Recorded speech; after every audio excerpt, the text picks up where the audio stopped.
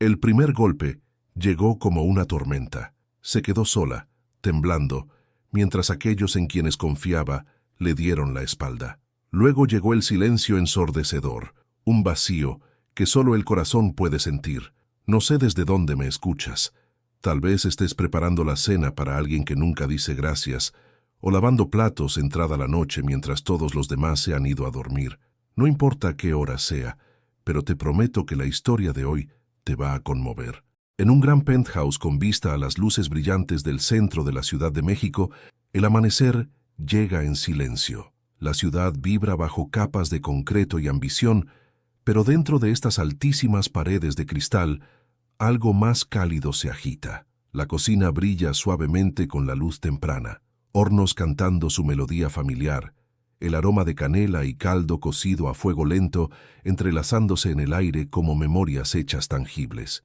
Desde el comedor distante llegan risas tenues, pero no llegan a todos en esta casa de riqueza y soledad. En el corazón de este hogar se encuentra María Guadalupe Hernández, una mujer cuyas manos han revuelto más que ollas, han incorporado memorias, amor y resistencia en cada platillo que ha preparado. Su cabello, que una vez fue negro profundo, ahora muestra hebras plateadas como pinceladas del tiempo en sus sienes. Sus ojos, pesados con años de sacrificio silencioso, aún guardan una esperanza inquebrantable. El cansancio marca su rostro, grabado por incontables madrugadas y noches tardías, pero también hay un orgullo firme ahí, del tipo que viene de saber que tu trabajo importa, aun cuando nadie más lo ve. María se mueve por la cocina con la gracia de alguien que ha hecho de este espacio su santuario. Revisa la temperatura del caldo de huesos que ha estado hirviendo desde medianoche. Ajusta el fuego bajo el pan dulce recién horneado y acomoda pastillas junto a un vaso de jugo de naranja fresco. Todo preparado con cuidado meticuloso para la señora de arriba que depende de ella. Esto es más que un trabajo para María. Es una vocación, aunque ella nunca usaría palabras tan grandiosas.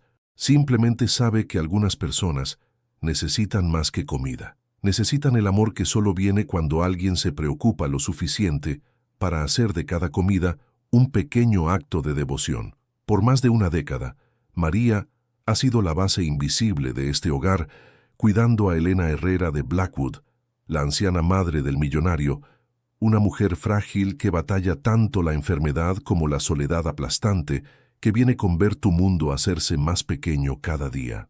Y luego está Thomas Blackwood, un magnate tecnológico cuyo imperio se extiende por 3 continentes, cuyo patrimonio fluctúa con el mercado bursátil, pero nunca baja de 9 cifras.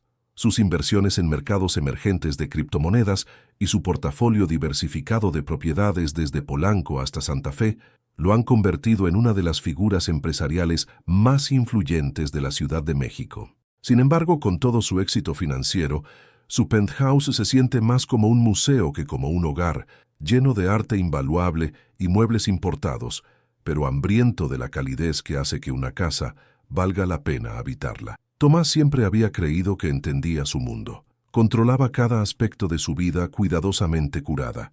Su éxito había construido muros más altos que los rascacielos de Polanco mismo, protegiéndolo de la complejidad de las conexiones humanas. Pero las cámaras ocultas y la vigilancia corporativa le habían enseñado a observar, a recopilar información antes de tomar decisiones. Nunca imaginó que usaría esas mismas habilidades en su propio hogar, en la mujer con quien pensaba casarse. La decisión de esconderse y observar lo cambiaría todo. No solo lo que descubriría sobre la verdadera naturaleza de su novia Vanessa, sino lo que aprendería sobre el milagro silencioso que había estado ocurriendo en su cocina todo este tiempo. La historia de María comenzó mucho antes de que Tomás llegara a la escena de lujo de la Ciudad de México, cuando la colonia Doctores era todo su mundo y la cocina de su abuela era su aula. Criada en una casa modesta, donde el metro retumbaba las ventanas cada 15 minutos, había aprendido a cocinar como algunas personas aprenden a rezar, con reverencia, atención y el entendimiento de que lo que pones en algo sagrado regresa para nutrir el alma. Su abuela, nacida en Oaxaca y criada con historias de resistencia, había transmitido recetas como preciadas herencias, mole que podía calentar corazones durante los inviernos brutales del Distrito Federal, tortillas que sabían a hogar aún cuando el hogar se sentía lejano, y caldo de pollo que parecía cargar sanación en cada cucharada. Cuando la enfermedad de Elena se manifestó por primera vez, una combinación cruel de artritis y demencia temprana que la dejaba confundida y a menudo con dolor, Tomás había contratado un desfile de cuidadores profesionales y chefs privados. Cada uno duraba solo semanas antes de que la lengua afilada y la independencia obstinada de Elena los ahuyentara. Entonces llegó María, no con credenciales de escuelas culinarias o referencias de hogares de celebridades, sino con algo más valioso: la paciencia que viene de entender que las personas difíciles usualmente son solo personas asustadas, y que la comida puede ser medicina para heridas que los doctores no pueden ver. María no fue contratada para ser chef, fue traída como una compañera que podía cocinar, pero se convirtió en algo más: la protectora silenciosa de la tradición en un remolino de lujo superficial, la guardiana del confort en una casa donde el dinero no podía comprar lo que su dueño más necesitaba: cuidado genuino. Trabajaba con la devoción de alguien que entendía que su labor era invisible pero esencial. Las noches tardías la encontraban hirviendo caldos curativos, ajustando recetas para acomodar el apetito cambiante y las restricciones dietéticas de Elena. Las mañanas temprano comenzaban con pan casero que aún tenía el aroma del amor cuando Elena despertaba, confundida y asustada, necesitando algo familiar que la anclara al momento presente. Los recuerdos de esos primeros años llegaban a María en fragmentos mientras trabajaba. La primera sonrisa genuina de Elena sobre un plato del mole de su abuela, el sonido de la risa resonando desde el comedor cuando María convenció a Elena de ayudar con la repostería navideña, los momentos silenciosos cuando Elena se arrastraba a la cocina solo para ver a María trabajar, encontrando paz en los ritmos familiares del picado y el revolvido. La cocina de María era más que nutrición, era un puente entre el pasado desvaneciente de Elena y su presente incierto, un recordatorio diario de que alguien se preocupaba lo suficiente para hacer de cada comida un acto de amor. Sin embargo, Tomás apenas notaba estos pequeños milagros.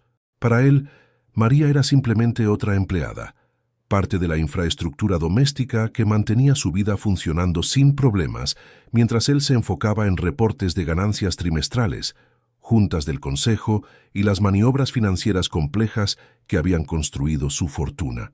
Su riqueza venía de reconocer patrones en los mercados tecnológicos, de entender que el futuro pertenecía a aquellos que pudieran anticipar el cambio. Pero falló en ver el patrón más importante en su propio hogar: cómo los días buenos de su madre siempre coincidían con la presencia paciente de María, cómo la casa se sentía diferente cuando la cocina de María la llenaba de calidez y propósito. Los ritmos diarios de la vida de María estaban puntuados por pequeñas crueldades que se acumulaban como cortadas de papel, individualmente insignificantes, colectivamente devastadoras.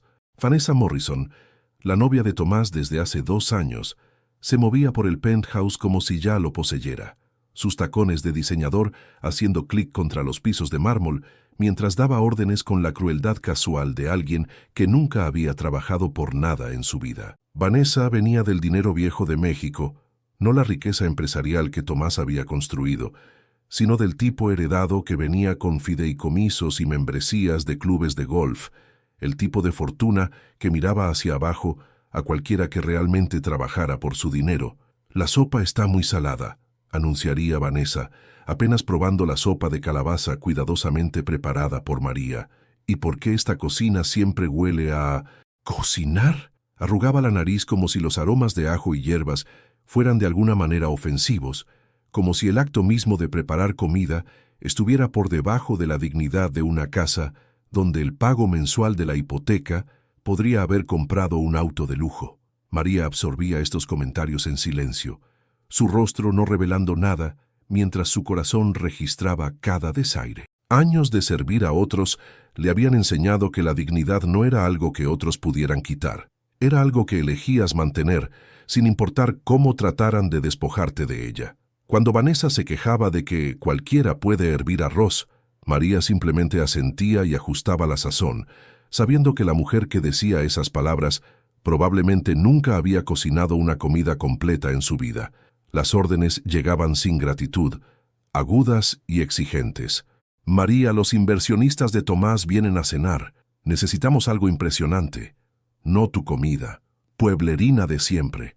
El desprecio en la voz de Vanessa era calculado, diseñado para recordarle a María su lugar en una jerarquía donde el nacimiento importaba más que la habilidad, donde la riqueza heredada superaba al respeto ganado. Pero los cortes más crueles venían en forma de desaires invisibles, ser excluida de celebraciones familiares que había ayudado a preparar, ver desde la puerta de la cocina como otros tomaban crédito por su trabajo, escuchar conversaciones donde era discutida como un mueble más que como una persona. La sirvienta está envejeciendo, mencionó Vanessa una vez a Tomás, sin importarle que María estuviera al alcance del oído. Deberíamos encontrar a alguien más joven, más presentable.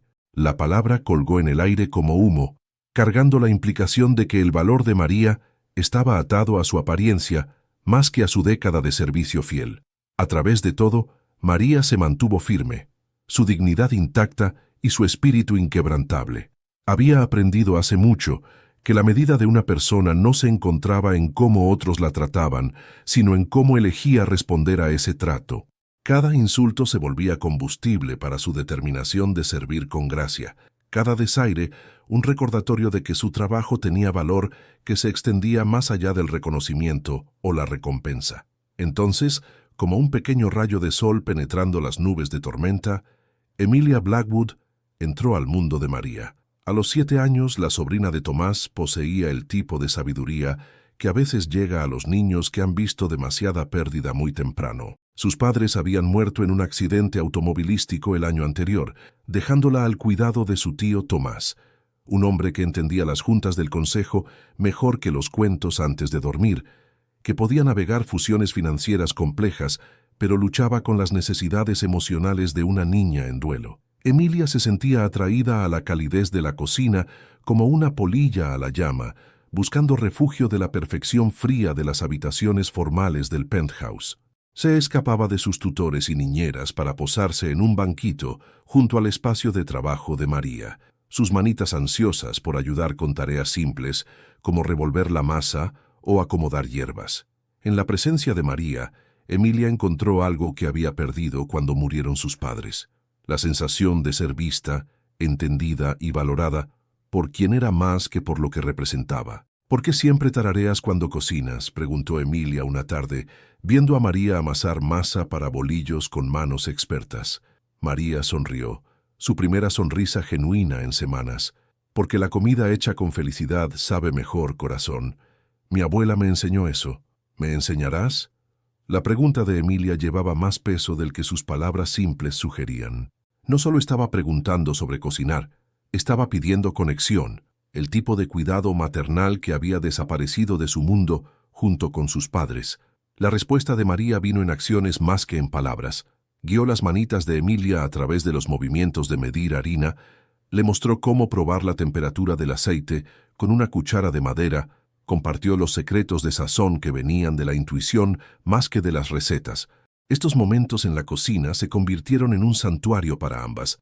Emilia encontrando el cuidado maternal que desesperadamente extrañaba, María descubriendo la alegría de compartir conocimiento con alguien que realmente quería aprender. La comida verdadera no se mide solo por ingredientes, le susurró María a Emilia una tarde, mientras preparaban galletas para el té de Elena. Se mide por intención, el amor que pones en ella, el cuidado que tomas con cada paso. Eso es lo que marca toda la diferencia. Cuando cocinas para alguien, les estás dando un pedazo de tu corazón. Emilia absorbió estas lecciones con la seriedad de alguien mucho mayor, entendiendo instintivamente que María estaba compartiendo más que técnicas culinarias. Estaba transmitiendo una filosofía de servicio, de encontrar significado en cuidar a otros. Con explicaciones pacientes y aliento gentil, María sembró semillas de bondad en tierra fértil, creando un pequeño oasis de calidez en una casa donde el amor se había vuelto tan raro como la risa genuina. La verdadera agitación en el mundo de María llegó con gran fanfarria y atención mediática. El chef celebrity Marcus Kingsley, recién salido de un programa de cocina exitoso y un libro de cocina bestseller, fue contratado para elevar la experiencia culinaria del hogar Blackwood. La decisión vino de Vanessa, quien convenció a Tomás de que sus cenas necesitaban comida más sofisticada para impresionar a inversionistas potenciales y socios comerciales.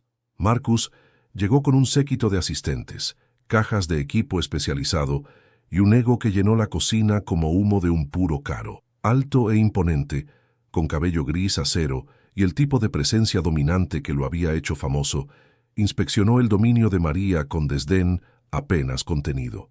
Para él, ella representaba todo lo obsoleto sobre la cocina casera mexicana, simple, poco fashionable, arraigada en la tradición más que en la innovación. Esta cocina, anunció en su primer día, gesticulando despectivamente hacia las hierbas que María había cuidado en el alféizar de la ventana, necesita una renovación completa. No estamos manejando una fonda aquí. Sus asistentes se rieron a la orden, su diversión aguda y cortante. María se encontró relegada al trabajo de preparación, picando vegetales para platillos que no se le permitiría terminar, limpiando equipo que no estaba calificada para operar. Sus recetas fueron desechadas como pintorescas y anticuadas, sus técnicas etiquetadas como ineficientes. La mujer que había pasado una década perfeccionando comidas que traían confort y sanación, fue tratada de repente como una interna sin experiencia en su propio espacio de trabajo. «Puedes quedarte y ayudar», le informó Marcus con el aire de alguien concediendo un gran favor, «pero no interfiera con la cocina de verdad». Las palabras dolieron más que cualquiera de las crueldades casuales de Vanessa, porque venían de alguien que debería haber entendido el oficio, que debería haber reconocido la habilidad que se necesitaba para hacer que ingredientes simples cantaran con sabor y amor. Sin embargo, María no se fue. Su lealtad hacia Elena era más profunda que su orgullo herido, y entendía que su presencia proporcionaba estabilidad en una casa donde todo lo demás parecía cambiar basado en los intereses comerciales de Tomás y las ambiciones sociales de Vanessa. Se quedó en silencio, ayudando cuando podía, ofreciendo sugerencias que fueron educadamente ignoradas, viendo cómo la cocina que había hecho suya se convertía en un escenario para la actuación de alguien más. La tensión hirvió bajo la superficie pulida de la nueva rutina del hogar. Elena, confundida por el cambio en sus comidas y la ausencia de sabores familiares, se volvió más agitada y difícil. Emilia se retiró más en sí misma, sintiendo el cambio en la temperatura emocional de la casa.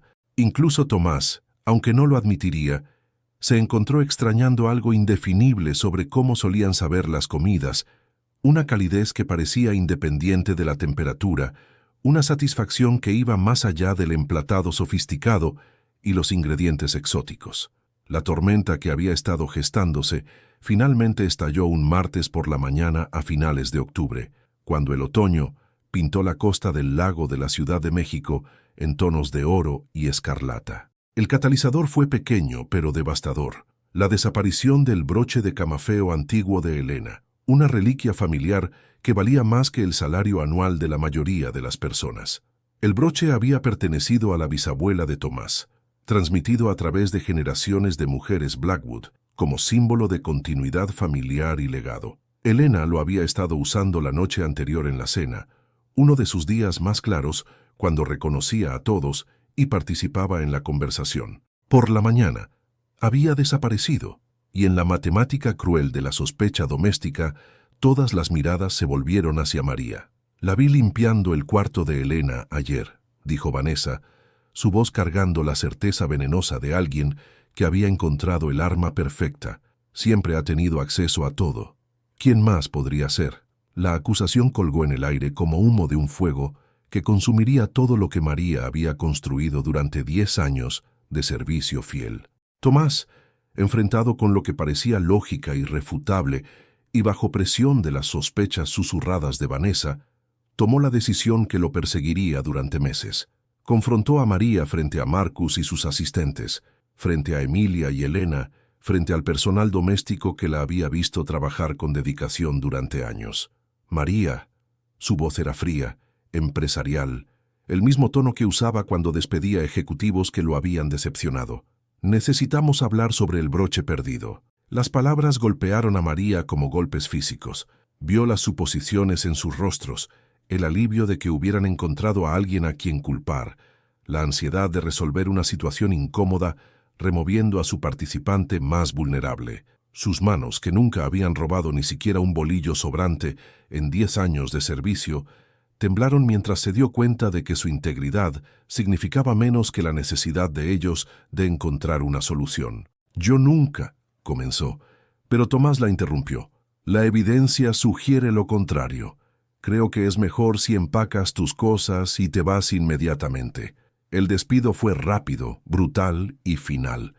Tomás había tomado decisiones involucrando millones de pesos con menos emoción de la que mostró despidiendo a la mujer que había cuidado el cuerpo y el alma de su madre durante una década. El mundo de María se desplomó en ese momento. La cocina que había sido su santuario, la casa que había sido su propósito, la familia que había sido su misión, todo se disolvió en vergüenza y acusación. Con manos temblorosas que parecían pertenecer a alguien más, se quitó su delantal, esa simple pieza de tela que había sido el uniforme de su devoción, el símbolo de su servicio y amor. Lo dobló cuidadosamente, lo puso en el mostrador donde había preparado miles de comidas y se secó las lágrimas que pensó que nadie vio.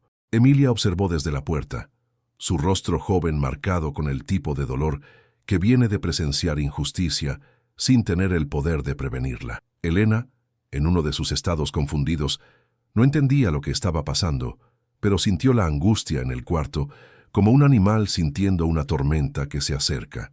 María caminó por la puerta que había cruzado fielmente durante más de 10 años, cargando solo su bolsa y el peso de la desgracia inmerecida. Detrás de ella, el penthouse que había sido calentado por su presencia comenzó su transformación en algo más frío, más vacío e infinitamente más solitario. El silencio que siguió a la partida de María no era la quietud pacífica de satisfacción, sino la ausencia hueca de algo esencial. En los días y semanas que siguieron, el penthouse Blackwood se convirtió en un lugar diferente, aún lujoso, aún impresionante, pero carente de la calidez invisible que lo había hecho sentir como más que solo un conjunto caro de habitaciones. Los platillos sofisticados de Marcus, emplatados con precisión artística y adornados con ingredientes exóticos, satisfacían el hambre, pero dejaban necesidades más profundas sin satisfacer. Sus técnicas de gastronomía molecular y sabores de fusión impresionaban a los invitados de la cena, pero no proporcionaban confort a Elena, quien empujaba la comida en su plato con decepción confundida. Las comidas eran técnicamente perfectas, pero emocionalmente vacías, como canciones hermosas interpretadas sin sentimiento. La condición de Elena se deterioró rápidamente en la ausencia de María. Sin las anclas familiares de sabor y rutina que la habían orientado al momento presente, se volvió más confundida, más agitada, más perdida en el laberinto de su memoria fallida. Sus medicamentos quedaron sin tomar, porque Marcus no sabía que ella los prefería mezclados con jugo de naranja en lugar de agua. Rechazaba las comidas porque nada sabía cómo hogar ya, porque la mujer que había entendido sus necesidades y estados de ánimo se había ido. Emilia se retiró más en sí misma, pasando largas horas en su cuarto o sentada junto a ventanas que daban a la ciudad donde María había desaparecido. Su rendimiento académico sufrió mientras sus tutores luchaban por involucrar a una niña cuyos cimientos emocionales habían sido arrancados sin advertencia o explicación. Dejó de hacer preguntas, dejó de mostrar curiosidad sobre el mundo a su alrededor, respuestas que preocuparon incluso a Tomás, aunque atribuyó su comportamiento a fases típicas de la infancia más que reconocer su propio papel en su dolor. El personal doméstico que había trabajado junto a María durante años realizaba sus deberes con eficiencia mecánica, pero sin la alegría que había caracterizado previamente su trabajo. Recordaron cómo María había celebrado sus cumpleaños, cómo había compartido su sopa casera cuando estaban enfermos, cómo había escuchado sus problemas con preocupación genuina. Su ausencia dejó un vacío que ninguna cantidad de competencia profesional podía llenar. Tomás mismo sintió el cambio más intensamente durante las comidas, aunque luchó por identificar qué exactamente estaba faltando. Comía las creaciones de Marcus, perfectamente preparadas, hermosamente presentadas, técnicamente superiores a cualquier cosa que María hubiera hecho, y se encontraba extrañamente insatisfecho. La comida llenaba su estómago, pero lo dejaba emocionalmente hambriento, de una manera que no podía entender completamente. Comenzó a trabajar más tarde, a comer menos, encontrando excusas para tomar cenas de negocios en restaurantes en lugar de en casa. El comedor formal del penthouse, una vez lleno con las historias de Elena y la risa de Emilia, durante las comidas que María preparaba, se convirtió en un monumento al silencio incómodo. Las conversaciones se sentían forzadas, las conexiones tensas. Incluso Vanessa, quien había orquestado el despido de María con tanta satisfacción, se encontró extrañamente insatisfecha con su victoria. La atmósfera sofisticada que había querido crear se sentía fría y performativa más que genuinamente elegante. Noche tras noche, Tomás se sentaba en su mesa de caoba masiva, rodeado por los símbolos de su éxito: pinturas originales que valían millones de pesos, copas de cristal que habían pertenecido a varones ladrones, platería que costaba más que los autos de la mayoría de las personas, y se encontraba pensando en las comidas simples de María que de alguna manera habían hecho que esta casa se sintiera como un hogar. El pensamiento lo perturbaba, porque sugería que su juicio, que había construido un imperio financiero, le había fallado en asuntos del corazón. La revelación llegó como el amanecer rompiendo a través de nubes de tormenta, súbita, brillante e imposible de ignorar. Llegó en la forma de la mejor amiga de Vanessa, Catalina, cuya conciencia culpable la había estado carcomiendo durante semanas desde el despido de María. Catalina había estado presente durante las conversaciones donde Vanessa planeó la caída de María. Había presenciado la crueldad calculada que había destruido la reputación y el sustento de una mujer inocente. La confesión llegó durante una cena diseñada para mostrar las habilidades culinarias de Marcus a inversionistas potenciales. Catalina, envalentonada por el vino y disgustada por la fanfarronería casual de Vanessa sobre finalmente haberse deshecho de la vieja pueblerina, ya no pudo permanecer en silencio. «El broche está en tu joyero, Vanessa», anunció Catalina, su voz cortando la charla sofisticada como una espada a través de seda. «Se cayó detrás de tu tocador cuando te estabas probando collares. Lo encontraste 2 días después de que María se fue, y nunca dijiste nada». Las palabras aterrizaron en el comedor como granadas, explotando la narrativa cuidadosamente construida que había justificado el despido de María. El rostro de Vanessa se puso blanco, luego rojo, mientras se dio cuenta de que su secreto había sido expuesto frente a las mismas personas que había estado tratando de impresionar. Los inversionistas, gente de negocios sofisticada que manejaba millones de pesos basados en confianza y reputación, la miraron con el tipo de disgusto reservado para aquellos que destruyen a otros para ganancia personal. Tomás sintió la sangre drenarse de su rostro cuando el peso completo de lo que Catalina había revelado lo golpeó. María, paciente, fiel, devota María, había sido inocente todo el tiempo. La mujer que había cuidado a su madre con dedicación inquebrantable, que había traído calidez a su casa fría, que había nutrido a su sobrina traumatizada con bondad gentil.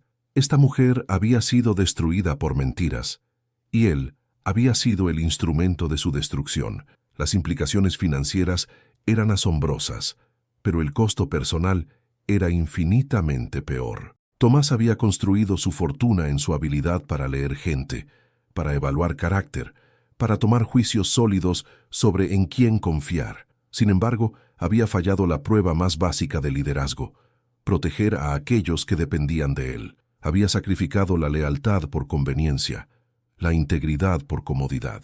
Esa noche, mientras sus invitados partían en silencio incómodo y Vanessa empacaba sus pertenencias en preparación para unas vacaciones organizadas apresuradamente, Tomás se sentó solo en su estudio, rodeado por los certificados y premios que relataban su éxito empresarial. Por primera vez en años, se vio claramente, no como el empresario brillante que perfilaban las revistas de negocios, sino como un hombre que se había vuelto tan aislado por la riqueza que había perdido la habilidad de reconocer el valor genuino cuando vivía bajo su propio techo. El sabor del arrepentimiento era más amargo que cualquier fracaso que hubiera experimentado en el mundo de los negocios. Las pérdidas financieras podían recuperarse, las posiciones de mercado reconstruirse, los portafolios de inversión reestructurarse, pero la confianza de alguien como María, una vez rota, podría ser irreemplazable.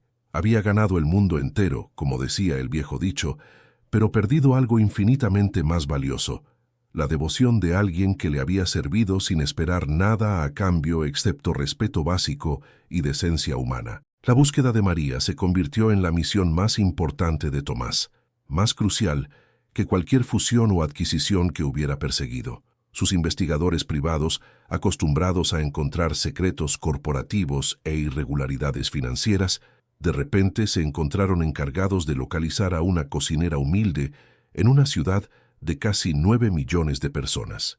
La encontraron en el comedor comunitario Sagrado Corazón, en el sur de la Ciudad de México, no lejos del barrio donde había crecido.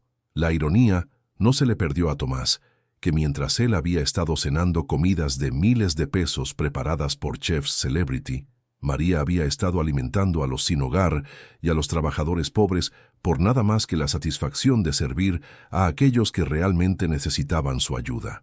El comedor comunitario ocupaba un sótano de iglesia convertido, sus instalaciones industriales y muebles disparejos muy diferentes del mármol y cristal del penthouse de Tomás.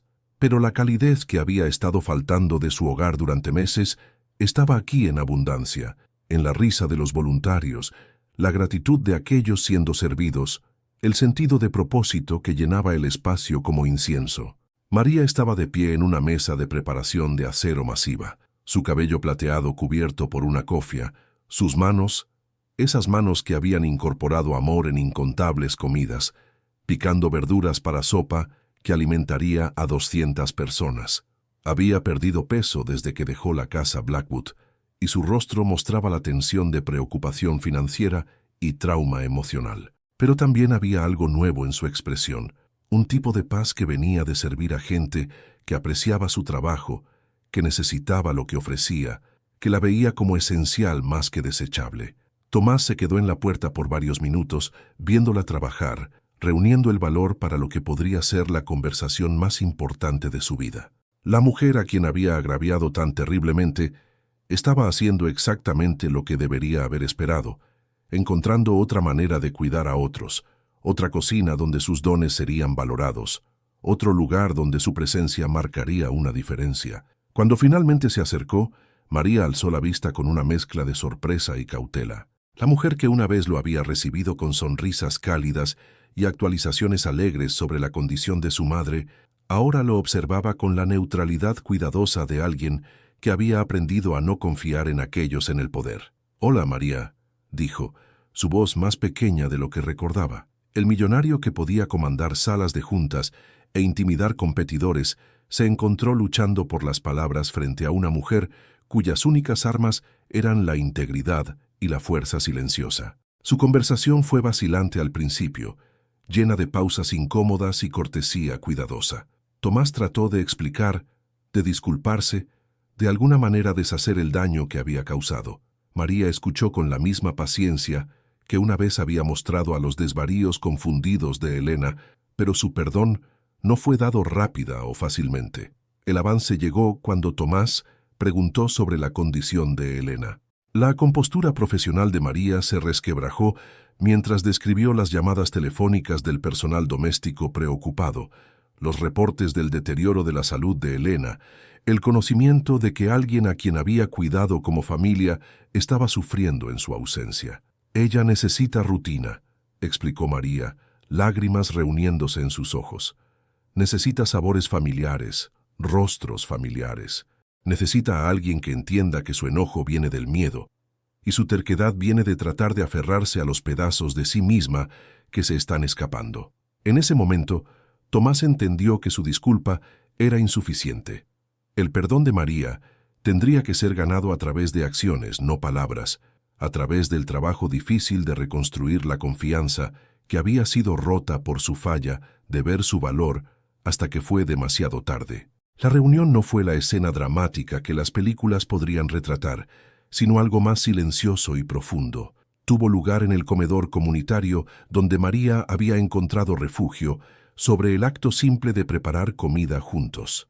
Tomás, quien nunca había cocinado nada más complicado que café, se encontró aprendiendo a amasar masa bajo la instrucción paciente de María. Sus manos, acostumbradas a firmar contratos que valían millones de pesos, batallaron con la tarea simple de doblar y presionar. Pero María lo guió con el mismo aliento gentil que una vez había mostrado a Emilia, su voz cuidadosa pero bondadosa mientras corregía su técnica y elogiaba su progreso. No hablaron directamente sobre el perdón. En lugar de eso, hablaron sobre las comidas favoritas de Elena, sobre la necesidad de estabilidad de Emilia, sobre los pequeños rituales que hacían que una casa se sintiera como hogar. Mientras trabajaron lado a lado, compartiendo el ritmo de preparación y la satisfacción de creación, algo comenzó a sanar entre ellos. El simbolismo no se le perdió a Tomás mientras aprendía a trabajar con sus manos, a transformar ingredientes crudos en algo nutritivo y hermoso. Durante años había creado valor a través de manipulación, comprando, vendiendo, reestructurando, apalancando. Pero esto era diferente. Esto era creación a través del cuidado, riqueza a través de paciencia, éxito medido no en pesos, sino en la satisfacción de alimentar a otros. Cuando María finalmente acordó regresar al hogar Blackwood, fue con condiciones que marcaron un cambio fundamental en su relación.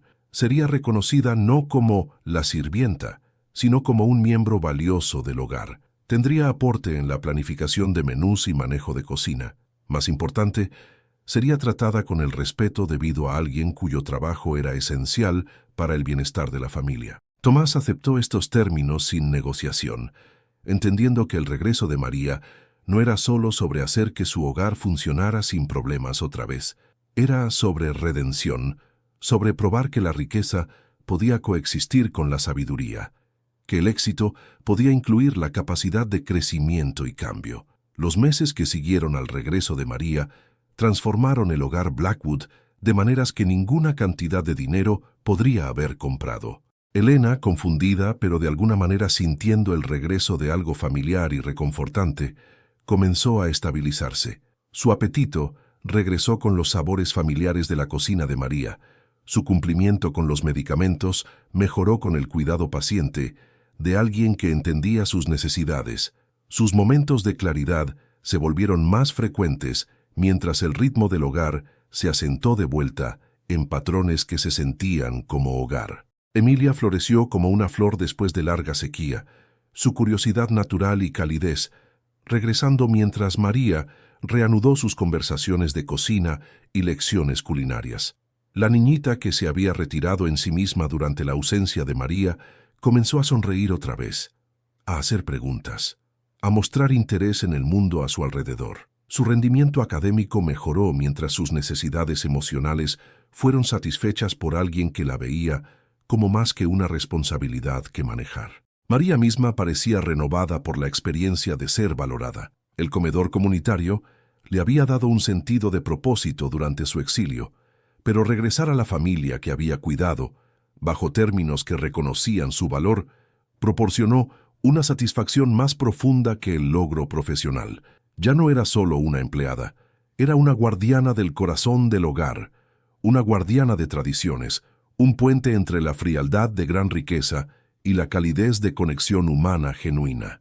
Tomás se encontró pasando más tiempo en casa, atraído por las horas de comida que se habían convertido en ocasiones para conversación real más que deber. Aprendió a apreciar no solo los sabores sofisticados que María creaba, sino el cuidado que entraba en su preparación, el pensamiento que formaba cada menú, el amor que transformaba ingredientes simples en experiencias memorables. El mundo empresarial también tomó nota del cambio en Tomás. Sus negociaciones se volvieron menos agresivas, su estilo de liderazgo más colaborativo. El hombre que una vez había gobernado a través del miedo y la intimidación comenzó a entender que la lealtad ganada a través del respeto era más valiosa que la obediencia extraída a través del poder. La cultura de su empresa cambió mientras aplicó las lecciones aprendidas de perder y recuperar la confianza de María. Lecciones sobre reconocer valor, honrar compromisos y entender que las personas que hacen posible el éxito merecen más que solo cheques de nómina. María abrió su pequeño restaurante en una calle tranquila de la Roma Norte, en una casa victoriana convertida que una vez había pertenecido a una familia prominente durante el renacimiento cultural del barrio. Lo llamó la Mesa de la Abuela y se convirtió en más que solo un restaurante. Se convirtió en un lugar de reunión donde las historias se compartían sobre las comidas, donde las recetas llevaban el peso de la historia, donde cada platillo servido representaba un pedazo del patrimonio y corazón de alguien. El éxito del restaurante no se medía en estrellas Michelin o endosos de celebridades, sino en los rostros de clientes que regresaban semana tras semana, trayendo a sus familias para compartir la experiencia de comer comida preparada con amor genuino. La comunidad de la Roma abrazó a María como una de los suyos, una mujer que había tenido éxito sin olvidar sus raíces, que había ganado reconocimiento sin perder su humildad. Tomás se convirtió en un cliente regular e inversionista silencioso, no porque María necesitara su dinero, sino porque apoyar su sueño era una manera pequeña de continuar enmendando sus fallas pasadas. Se sentaría en la mesa del rincón durante cenas ocupadas, viendo a María moverse por su comedor con la gracia de alguien finalmente en su elemento, y sentir una mezcla compleja de orgullo y arrepentimiento. Orgullo en su éxito, arrepentimiento de que hubiera tomado su traición para que ella encontrara su camino a este lugar donde sus dones eran completamente apreciados. Los niños del barrio, atraídos por los aromas que escapaban cada vez que se abría la puerta principal, presionaban sus rostros contra las ventanas para ver a María hacer su magia en la cocina abierta. Ella les haría señas, a veces trayendo muestras de pan dulce o galletas, tratándolos con la misma bondad que una vez había mostrado a Emilia durante sus tardes juntas. Elena, durante sus días más claros, insistiría en ser llevada al restaurante para almorzar en el lugar de María. Estas visitas se convirtieron en hitos preciosos en su memoria en declive, momentos cuando podía saborear el pasado y sentirse conectada con la mujer que la había cuidado con tanta devoción. María se sentaría con ella durante estas visitas, ayudándola a navegar el menú, escuchando historias que había oído docenas de veces, proporcionando la atención paciente que Elena necesitaba para sentirse humana más que disminuida por su condición. Emilia, ahora mayor y comenzando a pensar en su propio futuro, pasó sus vacaciones escolares trabajando en el restaurante, aprendiendo no solo sobre cocinar, sino sobre negocios, sobre servir a otros, sobre encontrar propósito a través del trabajo que importa.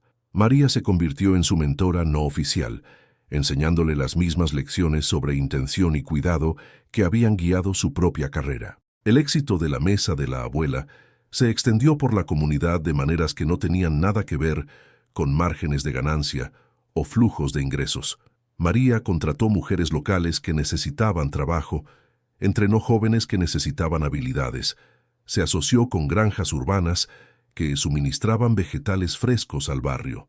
Su restaurante se convirtió en un ancla para el desarrollo económico que honraba el carácter de la comunidad más que borrarlo. Los críticos gastronómicos de periódicos del centro comenzaron a hacer el viaje al norte para escribir sobre esta mujer notable que había convertido la comida de confort sureña y del centro de México en algo que se acercaba al arte a través de la aplicación de amor y habilidad. Pero María estaba menos interesada en reseñas que en el hombre mayor que venía cada martes por la misma comida porque le recordaba la cocina de su esposa fallecida, o la madre joven que traía a sus hijos porque los macarrones con queso de María eran lo único que podía hacer que comieran las verduras mezcladas en la salsa de queso. El éxito financiero permitió a María expandir su involucramiento comunitario, patrocinando clases de cocina para madres solteras, apoyando el comedor comunitario donde había encontrado refugio durante su período más oscuro,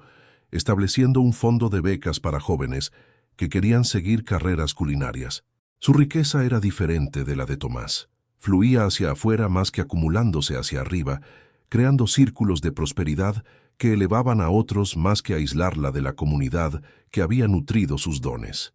Años más tarde, cuando las revistas de negocios escribieron perfiles sobre la transformación de Tomás de invasor corporativo, despiadado, a líder comunitario reflexivo, invariablemente mencionaron el papel que María había jugado en su evolución personal.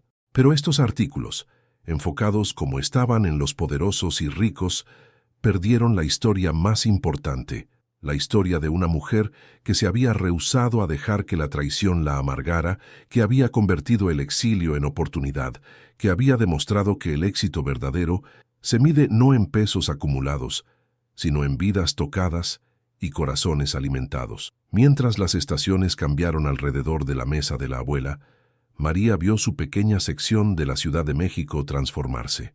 El lote de la esquina, que había estado vacío cuando abrió, se convirtió en un jardín comunitario, donde familias locales cultivaban verduras que ella compraba para su restaurante. El edificio abandonado al otro lado de la calle se convirtió en vivienda asequible para adultos mayores, muchos de los cuales se convirtieron en sus clientes regulares. La parada de camión fuera de su puerta principal, una vez un lugar donde la gente esperaba ansiosamente escapar del barrio, se convirtió en un lugar de reunión donde los amigos se encontraban para caminar juntos a cenar. La transformación no era solo física, era emocional y espiritual. María había creado algo que los economistas llaman un tercer lugar, ni hogar ni trabajo, sino un espacio donde la comunidad podía florecer, donde los extraños podían convertirse en amigos, donde el acto simple de compartir una comida podía tender puentes entre diferencias en raza, clase, edad y experiencia. Durante el segundo invierno del restaurante, cuando el frío brutal de la Ciudad de México probó la determinación de todos, María instituyó cenas de tormenta, comidas comunitarias servidas a precio de costo para cualquiera que necesitara un lugar cálido para comer y buena compañía para compartirlo. Las reuniones semanales atrajeron gente de toda la Roma, ancianos con ingresos fijos, familias jóvenes estirando sus presupuestos, trabajadores cuyos turnos terminaban demasiado tarde para horas regulares de cena, estudiantes universitarios estudiando en universidades cercanas. Estas noches revelaron la profundidad de la visión de María para su restaurante. Las cenas de tormenta no eran caridad en el sentido tradicional, eran construcción comunitaria, el reconocimiento de que todos merecen dignidad junto con su pan diario. Servía la misma calidad de comida a los huéspedes de cenas de tormenta que preparaba para sus clientes que pagaban completo, entendiendo que la gente podía notar la diferencia entre bondad y condescendencia, entre cuidado genuino y generosidad performativa. Emilia, ahora de 15 años y ofreciéndose como voluntaria regularmente en el restaurante, aprendió estas lecciones viendo a María interactuar con cada cliente como si fuera un huésped honrado en su propia casa. Vio cómo María recordaba los nombres de los veteranos sin hogar que venían a las cenas de tormenta, cómo preguntaba sobre sus problemas de salud y búsquedas de trabajo con la misma atención que daba a sus clientes más adinerados. Todos los que caminan por esa puerta están cargando algo pesado, le explicó María a Emilia una noche, mientras limpiaban después de una cena de tormenta particularmente ocupada. Tal vez es dolor, tal vez es soledad, tal vez es solo el peso de trabajar demasiado duro por muy poco. Nuestro trabajo no es arreglar sus problemas, es darles un lugar donde puedan dejar ese peso por un ratito, donde puedan recordar cómo se siente ser cuidados. Las lecciones que Emilia aprendió al lado de María fueron más allá de técnicas culinarias o manejo de restaurantes. Estaba aprendiendo sobre liderazgo que elevaba a otros, sobre éxito que no se medía en acumulación personal, sino en transformación comunitaria, sobre el acto revolucionario de tratar a cada persona como digna de respeto y atención. Durante su penúltimo año de preparatoria, Emilia escribió su ensayo de solicitud universitaria sobre estas experiencias. Describió ver a María transformar no solo ingredientes en comidas, sino extraños en amigos, vacío en abundancia, desesperación en esperanza. El ensayo le valió admisión a varias universidades prestigiosas, pero más importante, la ayudó a entender que su futuro no yacía en seguir a su tío Tomás al mundo de las altas finanzas, sino en continuar el trabajo de María de nutrir comunidades. Tomás, leyendo el ensayo que Emilia compartió con él antes de enviarlo, sintió otra ola de gratitud por la mujer que se había rehusado a dejar que su traición la definiera. María no solo había sobrevivido su exilio de su hogar, lo había usado como una oportunidad para descubrir su verdadera vocación. El trabajo que estaba haciendo ahora alcanzaba mucho más allá de lo que podría haber logrado dentro de los confines de su penthouse, sin importar qué tan cómoda o bien compensada pudiera haber sido esa posición. La celebración del tercer aniversario del restaurante se convirtió en un festival del barrio que se derramó a las calles circundantes. María coordinó con otros dueños de negocios locales para crear una noche de música, arte, comida y orgullo comunitario. Estudiantes de preparatoria locales interpretaron estándares de jazz que habían emergido de la Roma Norte décadas antes. Una mujer mayor que había crecido durante la Gran Migración compartió historias del viaje de su familia de Oaxaca a la Ciudad de México y cómo la comida les había ayudado a mantener conexiones con el hogar mientras construían nuevas vidas en una ciudad desconocida. El breve discurso de María esa noche fue característicamente modesto. Agradeció a la comunidad por apoyar su restaurante, reconoció a los miembros del personal que habían ayudado a construir su éxito y prometió continuar sirviendo comida que nutriera tanto el cuerpo como el espíritu. Pero aquellos que la conocían bien podían ver la satisfacción profunda en sus ojos mientras miraba sobre la multitud, rostros de todas las edades y antecedentes, unidos por su experiencia compartida de ser bienvenidos y cuidados en la mesa de la abuela. Tomás asistió a la celebración del aniversario, sentándose tranquilamente hacia atrás de la multitud, entendiendo que esta era la noche de María, su comunidad, su triunfo. La vio interactuar con clientes que se habían convertido en amigos, con empleados que se habían convertido en familia, con niños del barrio que la consideraban una abuela querida. La mujer que una vez había dado por sentada, cuyo valor había fallado en reconocer hasta que fue casi demasiado tarde, se había convertido en el corazón de una transformación comunitaria que duraría más que cualquier fluctuación del mercado bursátil o fusión corporativa. Mientras la noche terminaba y los voluntarios comenzaron a limpiar, Tomás se acercó a María con un sobre en su mano. Adentro había un cheque, no para su restaurante o sus programas comunitarios, sino para el fondo de retiro que debería haber establecido para ella durante sus años de servicio en su hogar, los beneficios que debería haber recibido, el respeto que había sido retenido y ahora solo podía ser parcialmente repagado. María aceptó el sobre con dignidad silenciosa, entendiendo que este gesto no se trataba de la necesidad de Tomás de sentirse mejor sobre el pasado, sino sobre su compromiso de asegurar su seguridad y honrar su servicio. El dinero iría hacia expandir su programa de becas, hacia comprar el edificio que albergaba su restaurante, hacia crear un legado que continuaría su trabajo mucho después de que ya no pudiera estar de pie en la estufa. Los meses finales de Elena fueron pasados en el cuidado gentil de una instalación especializada de memoria, pero María la visitó 2 veces por semana, trayendo sopa casera que a veces despertaba momentos de reconocimiento, a veces simplemente proporcionaba confort a una mujer que ya no podía recordar por qué el sabor se sentía como amor. Durante uno de sus últimos momentos lúcidos, Elena tomó la mano de María y susurró: «Hiciste todo mejor, lo hiciste todo mejor». El servicio fúnebre llenó la catedral hasta rebalsar, atrayendo a cientos de personas cuyas vidas habían sido tocadas por la generosidad de Elena y el cuidado de María. Emilia, ahora en la universidad pero en casa para el servicio, entregó un elogio que honró a ambas mujeres, la empleadora que eventualmente había aprendido a valorar a la cuidadora y la cuidadora que nunca había dejado de proporcionar amor incluso cuando pasó desapercibido. Tomás, de pie junto al ataúd de Elena, sintió el peso completo de cuánto le debía a la fidelidad de María. Los años finales de su madre habían estado llenos de dignidad y confort porque una mujer había entendido que las personas mayores necesitan más que cuidado médico. Necesitan la seguridad diaria de que aún importan, aún merecen atención, aún tienen valor que trasciende sus limitaciones crecientes. Después de la muerte de Elena, Tomás estableció la Fundación de Cuidado Elena y María, una organización dedicada a entrenar y apoyar a trabajadores domésticos, especialmente aquellos que cuidan a miembros de familia mayores y discapacitados. Los programas de la Fundación incluían no solo habilidades laborales y cursos de certificación, sino también clases sobre reconocer y reportar abuso, entender derechos legales y construir el tipo de relaciones profesionales que honran tanto al empleador como al empleado. María sirvió en el consejo de la fundación, aportando su sabiduría duramente ganada sobre cómo se ve la dignidad en la práctica, qué significa el respeto en interacciones diarias, qué se necesita para crear hogares donde la humanidad de todos sea reconocida. Su voz en las juntas del consejo llevaba la autoridad de la experiencia vivida.